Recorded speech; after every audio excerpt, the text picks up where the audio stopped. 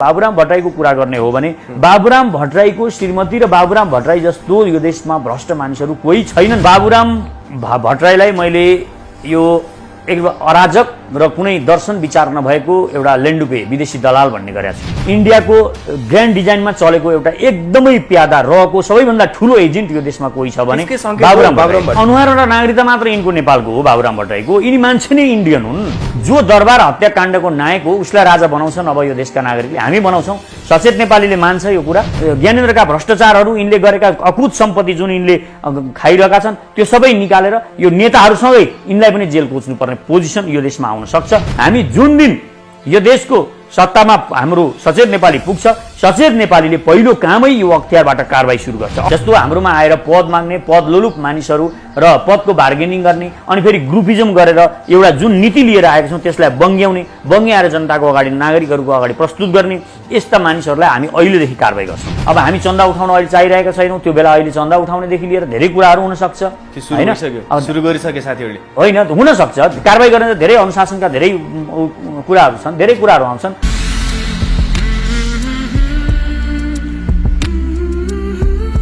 आदरणीय दर्शक महानुभाव नमस्कार। तपाईँ बेला हेर्नुहुन्छ pnbkhबर.com र साथमा म रोशन घरती उपस्थित भएको छु। आज हामीसँग कुराकानी गर्नको लागि म सचेत नेपाली पार्टीका अध्यक्ष पुण्य प्रसाद पसाई हुनुहुन्छ। नमस्कार, स्वागत छ। नमस्ते हजुर। विधिगत रूपमा पार्टी दर्ता गर्नुभयो हजुर। अब कसरी अगाडि बढ्छ, कसरी अगाडि बढाउने योजनामा हुनुहुन्छ? होइन, अगाडि बढ्छ भन्दा पनि हामीले अगाडि अब नागरिकहरू, यो देशका युवाहरूले नै हामीले अगाडि बढाइराख्नु भएको छ होइन। हामी मात्र अगाडि बढेर केही हुनेवाला छैन। यो देशका 3 करोड नेपालीहरू अहिले दुःखमा हुनुहुन्छ। त्यसकारण अब देशका नागरिकहरूले नै यो पार्टीलाई अगाडि बढाउनुपर्छ, युवाहरूले यो पार्टीलाई अगाडि बढाउनुपर्छ, किनभने यो युवाहरूको पार्टी हो। यो पार्टी अगाडि बढेन भने यो पार्टीलाई पनि बढाउन सकिएन, यो पार्टीले पनि गर्न सकेन। नगर्न सक्ने गरी यो पार्टीलाई कमजोर बनाइयो भने यो देशको भविष्यमाथि ठुलो अन्धकार आउनेवाला छ। यो देशको भविष्यमा नै खतरा लाग्नेवाला छ। हाम्रो सार्वभौम सत्ता र अखण्डतामाथि नै खतरा पर्छ। त्यसकारण हामीले यो पार्टीलाई जसरी पनि हुन्छ देशका युवाहरूले अगाडि बढाउनुपर्छ, किनभने यो युवाहरूको पार्टी हो, यो देशका नागरिकहरूको पार्टी हो, यो देशका 3 करोड नेपालीहरूको पार्टी हो, सचेत नेपाली पार्टी। अब बुढाखाडाहरू पाखा लाग्छन्? बुढाखाडाहरू पाखा लाग्दैन, तर उहाँहरूलाई हामी एक्टिभ उसमा राख्दैनौँ। उहाँहरूलाई हामीले विचार, उहाँहरूको राम्रो विचार छ हामी त्यो लिन्छौँ र उहाँहरूको राम्रो विचार लिएर हामी युवाहरूलाई अगाडि सार्छौँ। हाम्रो त कहाँसम्म सोच छ भने हामी टिनेजरदेखि लिएर 45 वर्ष 50 वर्षदेखि मुनिका मानिसहरूले यो देशको शासन सत्ता सञ्चालन गरून् र महिलाहरू त्यसमा प्राथमिकतामा परुन्, दलितहरू परुन्, जनजातिहरू परुन् भन्ने हाम्रो लक्ष्य रहेको छ र मधेसलाई पनि हामी अगाडि बढाउन खोजिरहेका छौँ। जुन मधेसका मूलवासीहरू हुनुहुन्छ उहाँहरूलाई कुनै न कुनै रूपमा अङ्गीकृतहरूले उहाँहरूका अधिकारहरू रोकथाम गरेका छन् र उहाँहरूलाई पनि अगाडि बढाउने हाम्रो सोच छ। अहिले पछिल्लो समय नेपालको राजनीतिमा के देखियो भने पछाडि जो चाहिँ व्यक्ति यो चाहिँ गर्न सक्छ भनेर नेपाली जनताले रुचाएर क्याबिनेटमा पठाएका थिए ती नेताहरूले गर्न सकेनन्। युवा नेता गगन थापाले पनि गर्न सकेनन्, उनको राष्ट्रियता पनि स्खलन भयो भनेर भनिन्छ। उनी 2 पटक स्वास्थ्य मन्त्री रहँदा 2 पटक डाक्टर गोविन्द केसी अनसन बसेका थिए। अहिले गोविन्द केसीको अनसन त हिजो मात्रै टोडियो, तर उनी अनसनमा रहँदा उनी आफैले राजनीतिक रोटी सेक्न पछि हटेनन्। डाक्टर बाबुराम भट्टराई आफू प्रधानमन्त्री रहँदा केही गर्न सकेनन्। अहिले 9 अर्ब रुपियाँ शेरबहादुर ओली र प्रचण्डले भ्रष्टाचार गरेका छन्, म त्यो प्रमाण देखाउन सक्छु भन्दै खोक्दै हिँड्छन्। यो देशको सबैभन्दा ठुलो समस्या के हो भने यो देशका यी 3टै दलहरू, मुख्य दलहरू भनौँ, तपाईँ काङ्ग्रेस भन्नुहोस्, तपाईँ कम्युनिस्टका पनि सबै दलहरूलाई यसमा समेट्न सक्नुहुन्छ तपाईँ, र राजावादी अध्यात्मवाद भनेर हामी भन्ने गर्छौँ, अध्यात्मवादीद्वारा निर्देशित भएका, यो वादबाट निर्देशित भएका सबै दलहरू, यी कुनै पनि दलबाट यो देशको समस्या सुल्झिन सक्दैन, किनभने यी कुनै पनि दल आफ्नो स्वविवेकले यहाँबाट परिचालित छैनन्, यिनीहरू विदेशबाट परिचालित छन्। विदेशीहरूले यिनीहरूलाई गोटीको रूपमा मात्र प्रयोग गरेको हुनाले यिनीहरू जे गर्छन्, जे बोल्छन् त्यो सबै यिनीहरू विदेशीको इसारामा गर्ने गर्छन्। विदेशीको इसारामा गर्ने भएको कारणले यिनीहरूलाई यो देशका नागरिकहरूको प्रतिको कुनै पनि मतलबको कुरै छैन। यिनीहरू जस्तो अघि तपाईँले उदाहरण पनि दिनुभयो, गगन थापाकै उदाहरण दिनुभयो। गगन थापा हामीलाई पहिला ऊर्जावान जस्तो लाग्थ्यो। यो सिस्टममा आइसकेपछि मैले बारम्बार भन्ने गरेको छु, यो काङ्ग्रेसी सिस्टममा र यहाँको यो देशका कम्युनिस्टको सिस्टममा छिरिसकेपछि यहाँ बुद्ध बन्छु भनेर आएको मान्छे चार्ल्स सोबराज बन्छ। त्यसकारण सुरुको बेलामा जुन बेला आएका थिए त्यो बेला गगन थापा एउटा ऊर्जा थियो, उनी राम्रो विचारले नै आएका थिए होलान्, तर तपाईँले नि अघि भन्नुभयो उनकै पालामा गोविन्द केसी अनसन बस्नु पर्यो, अहिले उनी नै फेरि अनसनको समर्थन गर्न गइरहेका छन् भनेपछि त्यही बेला यिनले ती सबै मागहरू पुरा गर्न किन सकेन सकेनन्। पहिला गगन थापालाई सबै नेपालका नागरिकहरूले यो क्वेसन गर्न जरुरी छ। अहिले जुन माग लिएर गोविन्द केसी बसिराख्नु भएको छ, अनसन बस्नुभयो, आज तोड्नुभयो भन्ने कुरा छ, त्यही माग लिएर हिजो गगन थापाको पालामा 2 पटक बस्नु भएको थियो, हो कि नि? उहाँ त्यो र उहाँ स्वास्थ्य मन्त्री हुँदाखेरि उहाँले कुनै पनि मागहरू, उहाँका माग पुरा गर्नप्रति उहाँलाई कुनै रुचि पनि थिएन, गर्नु पनि भएन। र अहिले त्यस्तै भइरहेको छ भने अब तपाईँ बाबुराम भट्टराईको जहाँसम्मको सवाल छ, बाबुराम भट्टराईको कुरा गर्ने हो भने बाबुराम भट्टराईको श्रीमती र बाबुराम भट्टराई जस्तो यो देशमा भ्रष्ट मानिसहरू कोही छैनन् भनेर इतिहासमा नै त्यो बेला सामाजिक सञ्जालदेखि चारैतिर उनीहरूको नाम आएको थियो। हिसिलाले जति भ्रष्टाचार उनले कसैले पनि गरेको छैनन् भनेर भन्ने गरिन्थ्यो र उनी भ्रष्टमा करार पनि भएका थिए, भ्रष्टाचारीहरूमा करार भएका थिए। र बाबुराम भट्टराईको इतिहास हेर्नुहुन्छ भने त बाबुराम भट्टराई विपा सम्झौता गर्नेदेखि लिएर यो देशको राष्ट्रघात गर्ने, विदेशी सेनालाई एयरपोर्टमा ल्याएर राख्ने र यो देशका उद्योग धन्दाहरू ध्वस्त पारेर विदेशीहरूलाई पक्षपोषण गर्ने यो किसिमको सोच, यो किसिमको विचारधारा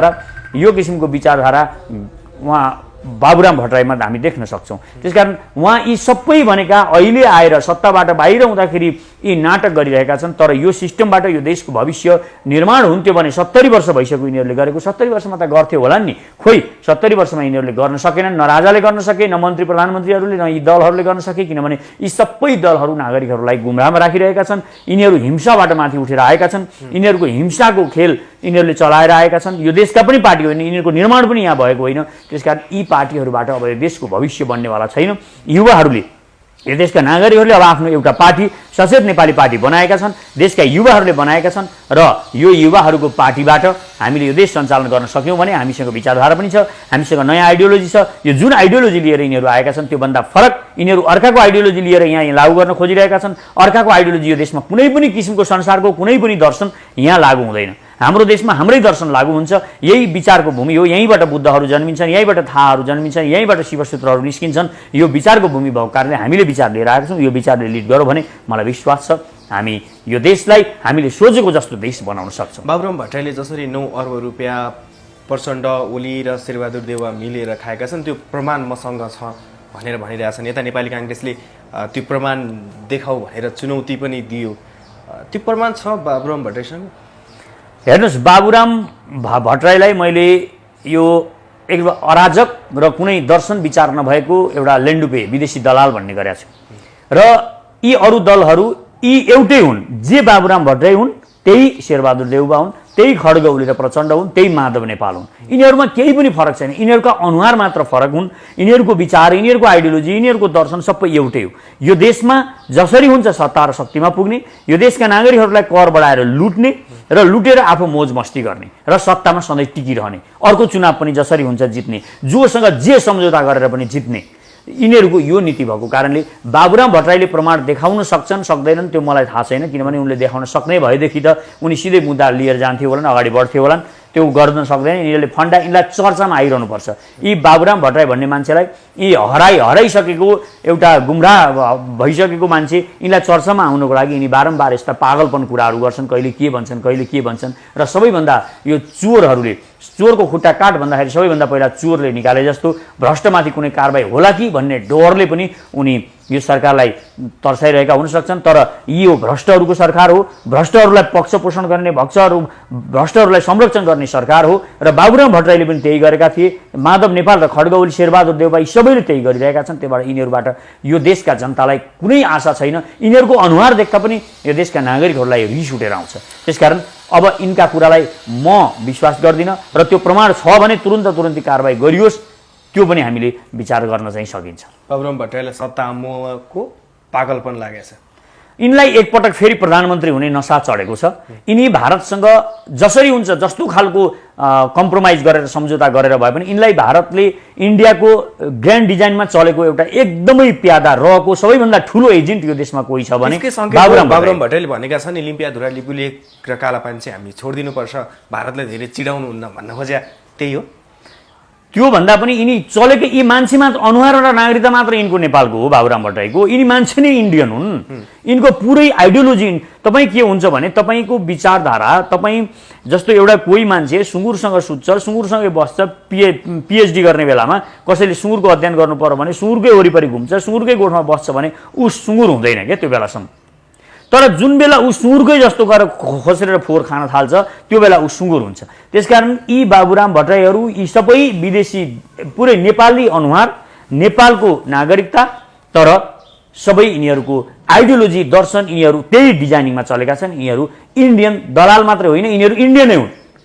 यिनलाई सिधै म इन्डियन हुन् भनेर तपाईँले घोषणा गर्नुभयो भने पाप लाग्दैन। यिनीहरू कुनै पनि बेला यो देशलाई अप्ठ्यारो पारेर यिनीहरू इन्डियाको भोलि मुख्यमन्त्रीको लागि लडाइँ गर्छन्। यी त्यो स्तरका मान्छे हुन्। यी मात्र होइन, बाबुराम भट्टराई होइन, सबैभन्दा ठुलो बाबुराम अहिले चाहिँ बाबुराम भट्टराईलाई प्रयोग गरिँदैछ। बाबुराम भट्टराईलाई यता मधेसमा लगेर प्रयोग गरिँदैछ भने यो सबै प्रयोग गर्नुको मुख्य कारण भनेको चाहिँ यी पार्टीहरूलाई अब कांग्रेस र कम्युनिस्टबाट वितृष्णा भएका पार्टी नागरिकहरूलाई उता लगेर त्यो मधेसवादीको धडियामा एउटा हाल्ने एउटा प्लानिङ बन्दैछ। र यिनीहरू के गर्दैछ अहिले इन्डियाले भने, इन्डियाले पहिलो काम गर्दैछ तपाईँ यो देशमा एक किसिमको जातिगत विद्रोह चलाउने सुरु गर्दैछ। उसले एक राजावादीहरूलाई उठाएको छ। राजावादी भनेको यो अध्यात्मवादीहरूलाई एक ठाउँ राखेको छ। अध्यात्मवादीहरू सबै पनि यो देशका बुद्धिस्टहरू यो सबैलाई त्यहाँ राख्न खोज्छ र त्यहाँ राखेर राजा ल्याउनुपर्छ। राजा चाहिँ जसरी पनि ल्याउने है भनेर उसले ती अध्यात्मवादीहरूलाई युज गर्दैछ। इन्डियाले आउँछन् कि आउँदैनन् नेपालमा? एकछिन पहिला यसलाई सकौँ। त्यहाँ राजालाई प्रयोग गरिँदैछ भने यतापट्टिका दलहरूबाट जातिगत विद्रोह चलाएर, जस्तो कि मधेसवादी र अरू पहिचानवादीका नाराहरू लगाउनेहरूलाई मधेसमा केन्द्रीकृत यो बाबुराम भट्टराईको नेतृत्वमा केन्द्रीकृत गरेर यहाँबाट जातिगत आन्दोलन चलाउने र एक किसिमको त्यसलाई जातिगत विद्रोह चलाएर यिनीहरू यो देशमा फेरि पनि गृहयुद्ध चलाउने पक्षमा छन्। र यसको लागि भोलि कांग्रेस र कम्युनिस्टहरूले पनि सपोर्ट गर्छन्। किन सपोर्ट गर्छन् भने मुख्य कुरा यिनीहरूलाई सत्ता चाहिएको छ। जसरी पनि यिनीहरू सत्तामा रहन चाहने भएको कारणले गर्दाखेरि यो विद्रोह भयो भने एक किसिमको हामी बीच घृणा फैलाएर यिनीहरूले हामी बीच काटमार गरायो भने यिनीहरू सत्तामा टिकिरहने भएको कारणले यिनीहरू त्यो डिजाइनिङमा चलेका छन्। हामी अब सचेत नेपाली त्यो बीचमा उभिएर त्यो बीचमा एउटा नयाँ शक्ति निर्माण गर्न खोज्दैछ। यो निर्विकल्प शक्ति हामी निर्माण गर्न खोज्दैछौँ। यो शक्तिले यो सबै कुराहरूलाई पहिचान गर्छ, यिनीहरू जनतालाई नागरिकहरूलाई बुझाउँछ र त्यो अनुसारले अगाडि बढ्छ। राजा आउँछन्, राजा ल्याउनुपर्छ भनेर अस्ति शक्ति प्रदर्शन गर्न खोजियो, केही 100 बाइक र्याली पनि काठमाडौँमा भयो। राजा आउने सङ्केत चाहिँ तपाईँले देख्नुहुन्छ कि देख्नुहुन्न? राजा अब यो देशमा एउटा कथा भइसक्यो। हेर्नुहोस्, राजा कहिल्यै पनि आउँदैन। राजा कहिल्यै पनि आउँदैन। राजालाई त्यत्रो यो फेरि राजा को आउने भन्दा ज्ञानेन्द्र आउने। जो दरबार हत्याकाण्डको नायक हो उसलाई राजा बनाउँछन् अब यो देशका नागरिकले। हामी बनाउँछौँ। सचेत नेपालीले मान्छ यो कुरा। सचेत नेपाली यो अब नयाँ शक्ति जुन आइरहेको छ यस्ता राजाहरूलाई फेरि हामी डाँडा काट्छौँ। यिनको पुरै अब त भोलि यिनका भ्रष्टाचार के गरेका छन् त्योसम्म ज्ञानेन्द्रको निकाल्नु पर्ने हुन्छ।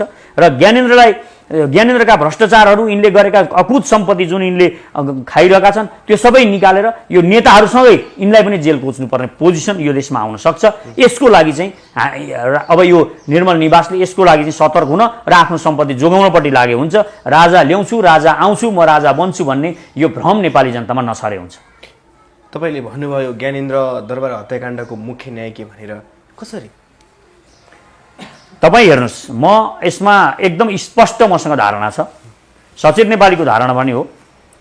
कुनै पनि जब सत्ता पलट हुन्छ अथवा कुनै पनि किसिमको हत्या हिंसा हुन्छ त्यस पछाडि जो अर्को व्यक्ति एकदमै छिटो शक्तिमा पुग्छ, पावरमा आउँछ, त्यसले नै हत्या हिंसा गराएको हुन्छ। पहिलो कुरा मेरो मान्यता यो छ, मेरो आइडियोलोजी नै यो। जस्तो तपाईँ हेर्नुहोस्, गगन सिंहको हत्या कसले गरौँ भनेर कोत पर्व हत्याकाण्ड भयो। कोत पर्व हत्याकाण्ड भएपछि कोत पर्व भयो, गगन सिंहको हत्या भयो, त्यसबाट फाइदा कसलाई भयो? जङ्गबहादुरलाई भयो। र यसको ग्रान्ड डिजाइन कसले गरेको रहेछ? जङ्गबहादुरले गरेको रहेछ भन्ने अहिले हामी बुझ्छौँ नि। यति त अहिले त बुझ्छौँ नि हामी। हिजो त्यो बेलामा त होइन जङ्गबहादुरले होइन फलानले होइन भनिन्थ्यो, तर जङ्गबहादुरले रहेछ। जङ्गबहादुरलाई कसले चलाएको रहेछ? दक्षिण ब्रिटिस कम्पनीले चलाएको रहेछ हो, ब्रिटिस इन्डिया कम्पनीले चलाएको रहेछ भनेपछि दक्षिणको समर्थनमा जङ्गबहादुरले हत्या गरेको रहेछ। त्यस पछाडि तपाईँ जानुहोस्, अब महेन्द्रको हत्याको कुरा गर्नुहोस्। महेन्द्रको हत्या कसले गराएको रहेछ? महेन्द्रको हत्या पनि तपाईँ हेर्नुहोस्, त्यसबाटै महेन्द्रको हत्या गराइयो यो देशमा यो विकास कार्यहरू नहुन् भन्नको लागि, र त्यसमा पनि दक्षिणको हात थियो र CIA को हात थियो। अब तपाईँ दोस्रोमा जानुहोस्, मदन भण्डारीको हत्यामा जानुहोस्। मदन भण्डारीको हत्या गराइसकेपछि सबैभन्दा त्यहाँबाट पावरफुल को भएर आयो? माधव नेपाल भएर आयो। माधव नेपाल किन पावरफुल भयो? त्यत्रो योग्य भएर उनी बनेका होइनन्। उनलाई शक्तिमा ल्याउनको लागि नै मदन भण्डारीको हत्या गराइएको थियो। यसरी बुझ्नुहोस् तपाईँ। र दरबार हत्याकाण्ड पनि यही उद्देश्यले गराइएको हो। दरबार हत्याकाण्ड जुन यो देशको एउटा राष्ट्रवादी शक्तिलाई छिन्न भिन्न पार्ने, कुनै पनि केन्द्रीकृत शक्तिलाई, पहिला इन्डिया र विदेशीहरूले के चाहन्छ भने केन्द्रीकृत शक्तिलाई छिन्न भिन्न पार्न चाहन्छ। जस्तो त्यो बेला दरबारमा शक्ति केन्द्रीकृत भएको थियो, दरबारमा शक्ति केन्द्रीकृत भयो, यी पार्टीहरूको केही नलाग्ने भइसकेपछि दरबारलाई नढालिकन यो देशमा हाम्रो प्रभुत्व कायम हुन्छ भन्ने कुरा इन्डियालाई लाग्न छोड्यो र उसले दरबार हत्याकाण्ड गरायो। दरबार हत्याकाण्ड गराएपछि ज्ञानेन्द्रलाई प्रयोग गर्यो र ज्ञानेन्द्रलाई थाहा छैन भनेर पुण्य प्रसाईले चाहिँ पत्याउँदैन। दुनियाँमा कसैले पत्याउन्, पुण्य प्रसाईले पत्याउँदैन कि दरबार हत्याकाण्ड हुने बेलामा यो ज्ञानेन्द्र शाह भन्ने जुन राजालाई थाहा थिएन, त्यो बेलाको राजालाई थाहा थिएन, हुनेवाला राजालाई र अहिले भूपू राजालाई थाहा थिएन भनेर म पत्याउँदिनँ। त्यसकारण यिनीलाई सबै कुरा थाहा थियो र मेरो मान्यता के छ, मेरो आइडियोलोजी के हो भने जो शक्ति प्राप्त गर्छ त्यस पछाडि त्यसले हत्या र हिंसामा त्यसको संलग्न भएको हुनसक्छ भन्ने मेरो विश्वास छ। त्यही आधारमा म यो बोलिरहेको छु र त्यो हत्याकाण्डका डिजाइनिङहरू पनि तपाईँ हेर्नुहोस्, तपाईँले हेर्नुभयो भने यति सिम्पल तरिकाले त्यहाँभित्र मुखुन्डो मुखुन्डो प्रयोग गरेर यति सजिलै दरबार हत्याकाण्ड गराइएको छ। त्यो दरबारको मानिसभित्र नपसिकन, दरबारको मानिसले सहयोग नगरिकन, त्यहीँकै परिवारको मानिसले सहयोग नगरिकन यत्रो हत्याकाण्ड त्यहाँ हुन सक्दैन, असम्भव छ र यो कारणले मैले भनेको। तपाईँले अघि एउटा कोट गर्नुभयो, पूर्व राजा ज्ञानेन्द्र सहित नेपालका नेताहरू जेल कोच्नुपर्छ भनेर भन्नुभयो। कसरी सम्भव छ यो? सम्भव छैन भन्ने तपाईँलाई लाग्छ? मलाई त्यही असम्भवलाई सम्भव बनाउन हामी आएका हौँ, सचेत नेपाली आएको।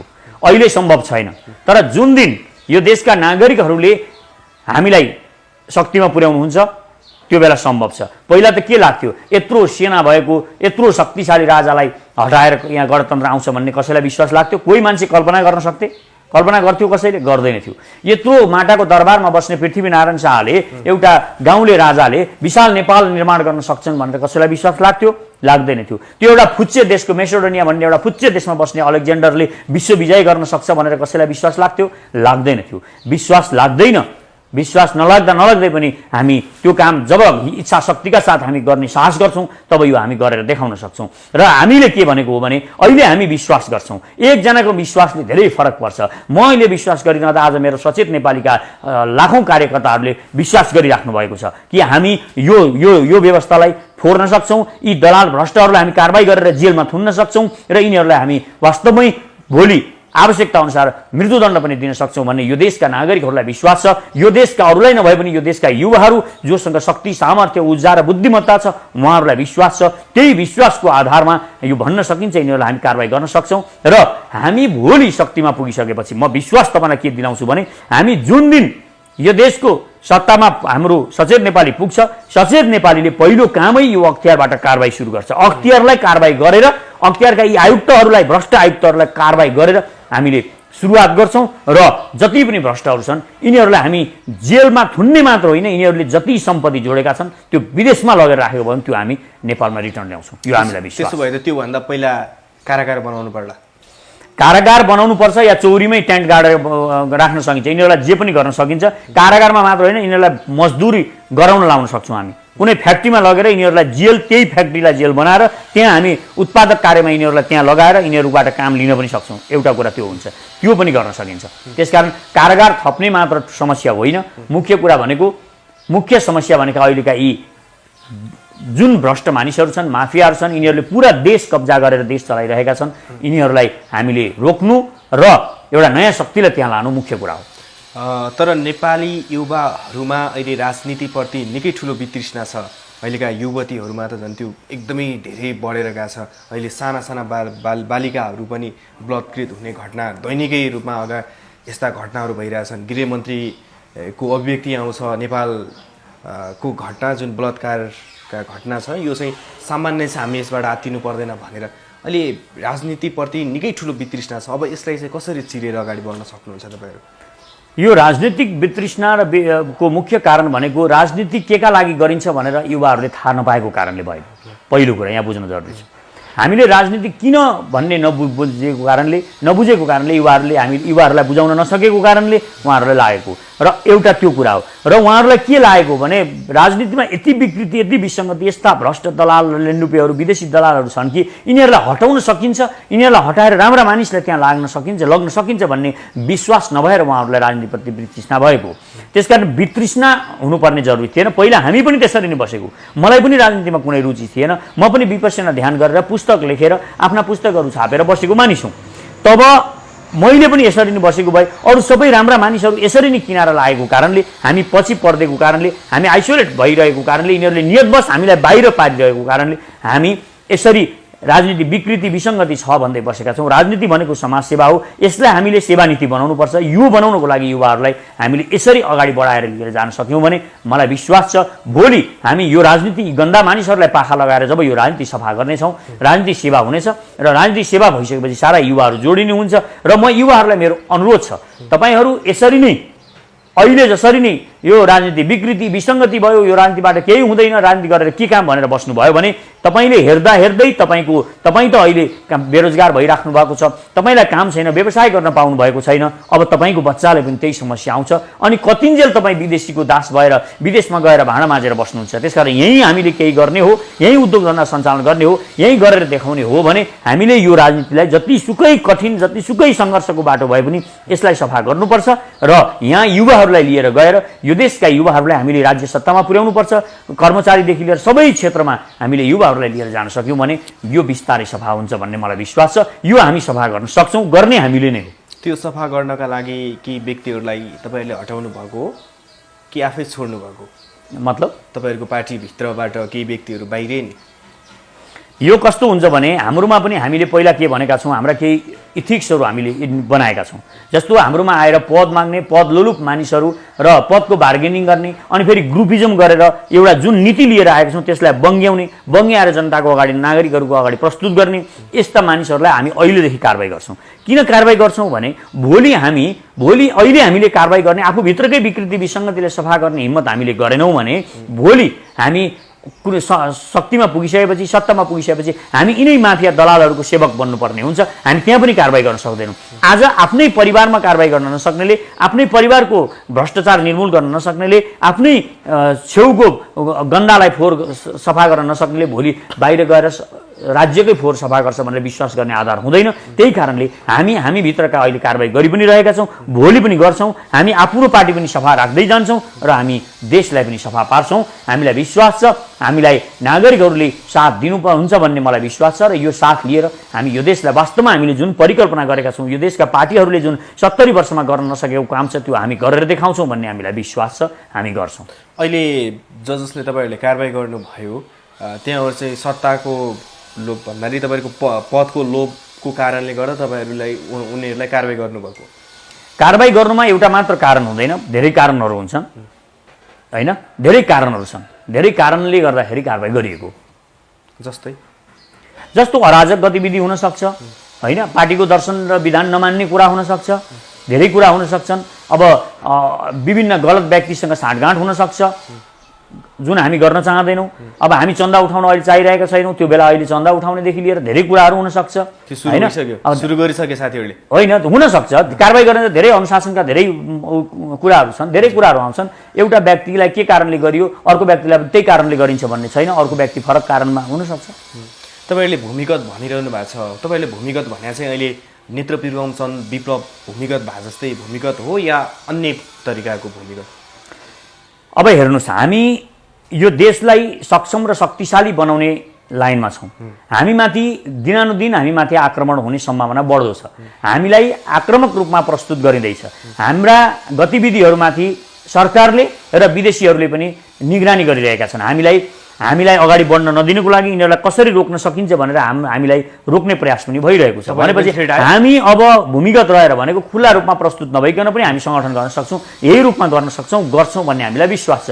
हामी अर्ध भूमिगत हुन पनि सक्छौँ, भूमिगत हुन पनि सक्छौँ र अहिले खुल्ला भइन्जेल हामीमाथि टोटल्ली आक्रमण नभइन्जेल हामी खुल्ला नै रहनेछौँ, खुल्ला नीति नै लिएर अगाडि बढ्छौँ र हामी यसको सदुपयोग गर्छौँ। यो जुन खुला छ यसको सदुपयोग गरेर अहिले चाहिँ अगाडि बढ्छौँ। अहिले पनि तपाईँलाई थ्रेट महसुस भएको छ? महसुस मात्र होइन भइरहेकै हुन्छ हामीलाई, जुनसुकै बेला भइरहेको हुन्छ। किनभने हामी अब साङ्गठनिक रूपमा पनि अलि एग्रेसिभ रूपमा हामी अगाडि बढेका छौँ। हाम्रो शक्ति यो देशका युवाहरूले अब सचेत नेपालीलाई वैकल्पिक शक्ति भन्दा पनि निर्विकल्प शक्तिको रूपमा अगाडि बढाउन खोजिराख्नु भएको छ। यहाँका दलहरूले र विदेशी तत्त्वहरूले यो देखिरहेका छन्। त्यसकारण उनीहरू हामीमाथि कठोर हुन्छन् नै, यसमा हामीलाई दुविधा छैन। उनीहरू कठोर हुन्छन्, हुनेवाला छन्, तयारी गर्दैछन्। हो, अहिले अब उनीहरूको तयारी कुन किसिमको छ त्यो हामी हेर्दैछौँ। तपाईँहरूका केही साथीहरू भूमिगत हुनुहुन्छ अरे भन्ने पनि खबर प्राप्त गरेका थियौँ। होइन, अब कस्तो हो भने हामी सबै टिमलाई एकैचोटि देखाउनुपर्छ भन्ने छैन। हेर्नुहोस् होइन, हामीले एउटा टिम 11 जनाको टिम देखाइसकेका छौँ। पहिला यही पनि भूमिगतै थियो, यो पनि हामीले देखाएको थिएन। 6 महिना पछाडि अहिले देखिएको छ। अब हामी बिस्तारै अरू टिमहरू पनि हामी सो गर्दै जान्छौँ, प्रस्तुत गर्दै जान्छौँ। हामीसँग लिडरहरू हुनुहुन्छ, उहाँहरूलाई अहिले हामीले देखाइसकेका छैनौँ। अब हामी देखाउँछौँ। हामीसँग अदृश्य रूपमा पनि लिडरहरू नभएको होइन, हुनुहुन्छ। तर अहिले देखेकाहरूले नीति बनाउने हो। जुन अस्ति हामी 11 जनाको एउटा बडी बनाएका छौँ, त्यसबाट नै हाम्रा नीतिहरू निर्माणहरू हुन्छन्। त्यसैले नीति निर्माणहरू गर्छ। कोही होलान् यसरी आन्दोलन गर्न जान नसक्लान्, कार्यक्रममा सहभागी हुन नसक्लान्, तर कुनै पेसामा रहेको डक्टर, इन्जिनियर अथवा जुनसुकै पनि पेसामा रहेर यदि राम्रो विचार छ, तपाईँहरूसँग सहमत हुनुहुन्छ भने उनीहरू पनि तपाईँहरूसँग सँगसँगै अगाडि जान सक्नुहुन्छ? किन नसक्नु? हामी अब वार्ता पनि गरिरहेका छौँ। अहिले विभिन्न PhD डक्टरहरूसँग वार्ता गरिरहेका छौँ भने स्वास्थ्य कर्मीहरूसँग वार्ता गरिरहेका छौँ। हामी अहिले नीति निर्माताहरूसँग र विचार प्रदान गर्न सक्ने, यो देशमा अलिकति यो देशलाई कसरी अगाडि बढाउँदा चाहिँ यो देश बन्छ भनेर हाम्रो आइडियोलोजीको वरिपरि विचार राखिराख्नु भएको छ जो पनि अहिले मानिसहरू, उहाँहरूसँग हामी वार्ता पनि गरिरहेका छौँ, वार्ता बढाउँदैछौँ र हामीले भनेका पनि छौँ हाम्रो वार्ता अनुसारले हाम्रो मिल्ने, हाम्रो सम्झौता भनेको यो देशका नागरिक र यो देशको राष्ट्रियता, यो दुईटा कुरामा हामी कोहीसँग पनि सम्झौता गर्दैनौँ। यो पहिलो हित यसमा हुन्छ र यो अनुसारले हामी अगाडि बढ्छौँ। तपाईँले बुढाहरूलाई पाखा लगाउने भनिरहँदा यो देशका युवाहरू पनि भ्रष्ट छैनन् भन्न त सकिँदैन नि? होइन, कस्तो मुख्य कुरा यसरी बुझ्नु हुँदैन। एउटा दुईटा भ्रष्ट हुने र पुरै सिस्टमलाई नै भ्रष्ट बनाउने दुईटा कुरा हुन्छ। हेर्नुहोस्, अहिलेको सिस्टममा चाहिँ के छ भने जो पसे पनि भ्रष्ट नै हुन्छ। यो सिस्टम यिनीहरूले क्रिएट गरेका छन्। यहाँ भ्रष्ट नभइकन माथि चढ्नै सक्दैन, माथि बढ्नै सक्दैन। अब यहाँ चाहिँ सबै नै 99% नै भ्रष्ट हुने भए। तर हामीले जुन सिस्टम, आइडियोलोजी, जुन दर्शन, विश्व सर्वपहिचानवाद भनेर हामीले लिएका छौँ र समतावादको परिकल्पना गरेका छौँ, नागरिक समाजवादको परिकल्पना गरेका छौँ, यहाँ चाहिँ एकादुई होलान् तर तिनीहरूलाई पाखा लगाउन सकिन्छ भन्ने हो। फेरि बुढापाकालाई पाखा लगाउने भन्ने होइन। हाम्रो अलिकति 60 वर्ष कटिसकेका जति पनि हुनुहुन्छ उहाँहरूबाट विचार लिने, उहाँहरूलाई अवकाशमा राख्ने, यो चाहिँ हाम्रो सोच हो। हस्, यहाँको समय विचारको लागि धेरै धेरै हवस्, यहाँलाई पनि धेरै धेरै धन्यवाद छ। नमस्कार।